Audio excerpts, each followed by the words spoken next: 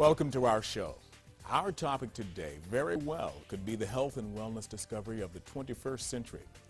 It has only been truly available in the United States and the rest of the Western world for less than a decade, yet it's already one of the most popular nutritional supplements in the world. I'm talking about the global phenomenon that is noni juice. Hello, I'm James Jameson. My guest today is truly one of the world's foremost medical experts on noni juice. He's a Johns Hopkins hospital-trained physician with both an MD and a PhD. He did research and taught on the medical school faculty at Johns Hopkins Medical Institutions and at the University of Maryland School of Medicine, where he held the positions of Assistant Professor of Medicine and Associate Professor of Physiology. He also enjoyed a brilliant medical career that spanned 3 decades. My guest is a New York Times best-selling author and for 18 years wrote a global medical column for the Los Angeles Times Syndicate. He has dedicated nearly 10 years of his life to the study of noni juice. His published findings have sold more than 1 million copies worldwide. When he is not studying noni juice, he serves as a pro bono health consultant and advisor to the International Council of Caring Communities, an NGO of the United Nations. I'm pleased you could join us today, Dr. Neil Solomon. James, it's my pleasure. Thank you. Dr. Solomon, as I mentioned in your introduction, you've enjoyed a brilliant 30-year career as a health professional and researcher and author. Given that background, what interested you in finding alternative medicines as opposed to traditional medicines, or is there something wrong with traditional medicine? There's nothing wrong with traditional medicine. I was trained in traditional medicine. I love traditional medicine, but there's more to medicine than just traditional medicine. Yes. There are other areas that can complement traditional medicine. And the thing that really got me into the study of noni was the fact that I saw a lot of patients in the hospital and out of the hospital who were getting ill because they were taking medications. Now, medications are important to take. You need to take your medications, but you should take the least amount that will do the job. And sometimes you can take food supplements, and that will allow you to take less medication, and therefore you'll have less side effects. So with this open-minded attitude that I have, I decided that it would be very interesting to see if we could do something with natural healing. That's good, Dr. Solomon. Now, with all of the natural remedies that are out on the market today, what was it that ultimately caused you to select noni juice? And what is noni juice anyway? The reason I selected noni juice was in 1996. I was an editor of a health journal, and we looked into new aspects of health and medicine.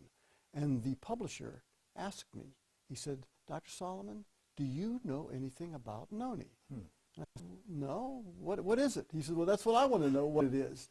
Can you find out? And I said, sure. So what I did is I called my friends at Johns Hopkins. Not one of them heard about it.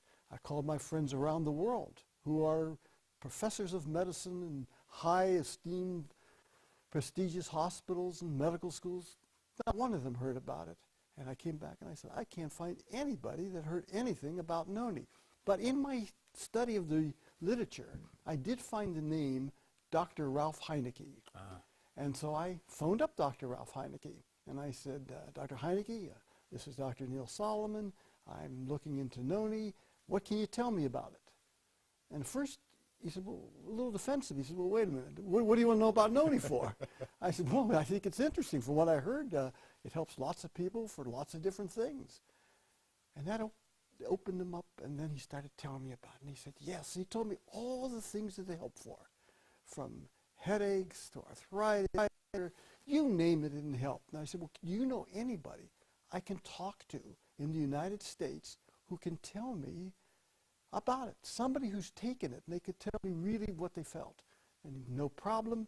And I got a name, and then from that person, I got other names, and then from that person, got other names, and pretty soon I had a stable of people who were telling me about noni. And it did help. According to them, it helped them from cancer, heart disease, arthritis, rheumatism, sexual problems, all the way to stroke. And each of them had their own particular problem, and each of them told me their own story. And they were fascinating stories.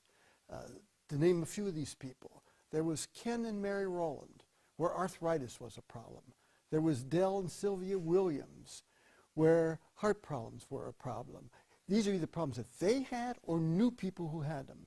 There was Drew and Maeva White, and they had cancer problems. There was Mark and Joe Rosen, and they had infectious problems.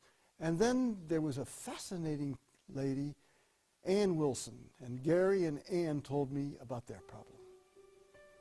The summer of 2002, I started to maybe not feel my best. I started to have maybe like some flu-like symptoms. I started to feel bloated. I was very tired.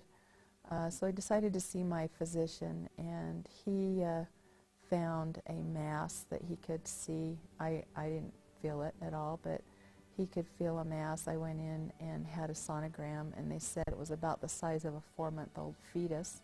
The next day I was in surgery, and they removed a tumor on my left ovary that was 1,032 grams, which is about 2 1/3 pounds, that did turn out to be ovarian cancer. The doctor, even though the cancer had not spread, he did recommend as a precautionary measure that I go through 6 rounds of chemotherapy as soon as I could, which I did start in October of 2002. And there was absolutely a miracle that happened there. I continued to take noni juice. I asked my doctors if that was okay, and they said absolutely, just to do and be and take anything that I wanted. And of course I wanted to take Tahitian noni juice. And I continued to take 4 to 8 ounces throughout the day. I'd take 2 to 3 ounces at a time for the total of 4 to 8 ounces. And I was never sick. I never had the vomiting. I never was nauseated. I never had any sores in my mouth or anything negative feeling-wise. I absolutely felt wonderful. If you'd look at me, the coloring in my face was just normal. I attribute all of that, I believe, to taking noni juice on a consistent and regular basis. It was a very hard experience to go through, very scary, very difficult for my family. Tahitian noni juice saved my life. I truly believe that. That is an amazing testimony, Dr. Solomon. Now with that, can you give me a little history on noni? Sure, James. It all started in around 200 years before Christ. And at that time, in the South Pacific, around Tahiti, they were using noni. The natives were taking noni. And in fact, they called it the canoe plant, because whenever the natives went from one island to another, they always had noni. This is what noni looks like, James. And they took it because if they got sick, they knew they could bite it, chew it up, or squeeze it and make a juice. And it was also a good emergency food. It could keep them going in case of starvation. And things were pretty quiet until 1769, when Captain James Cook discovered noni at the island of Tahiti. When he went to Tahiti, what he found was noni. And he found people in the island, the natives particularly, were drinking, eating, and taking noni because they swore that it helped them with many, many health conditions. And a father would pass it down to the son. The son would pass it down to a grandson. And it just kept going down and down. And it was just built into their culture